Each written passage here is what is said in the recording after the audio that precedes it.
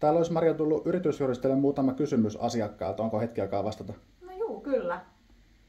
Mikä on ensimmäinen asia, joka yrityksen perustajan pitää tehdä? No ehdottomasti tee kaikki kirjallisena. Tämmöiset suulliset lupaukset ei hirveästi auta, jos siitä tulee riita. Mikä on suurin virhe, jonka yrittäjät tekee laillisissa asioissa? No ehkä just tämä sopimusten puutteellisuus. Ja siitä ollaan ongelmissa, kun on erimielisyyksiä asioissa.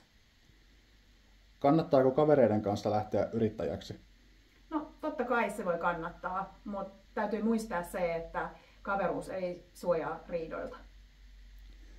Milloin kannattaa käyttää juristia yritysasioissa? No mä lähtisin siitä, että kannattaa mahdollisimman pian konsultoida yritystä ja sitten on mahdollista saada neuvoja sopimuskumppanilta, kun tulee niitä ongelmia ja selvittää asiat etukäteen. Mikä on paras lakivinkki startupeille?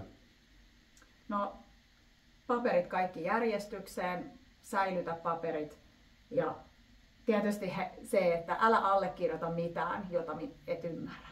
Meillä on tämmöinen hieno LakiPro-palvelu, jossa sä voit ottaa meihin yhteyttä jo etukäteen ja sitten meillä on jo palvelusopimus, kun tarvitset meitä.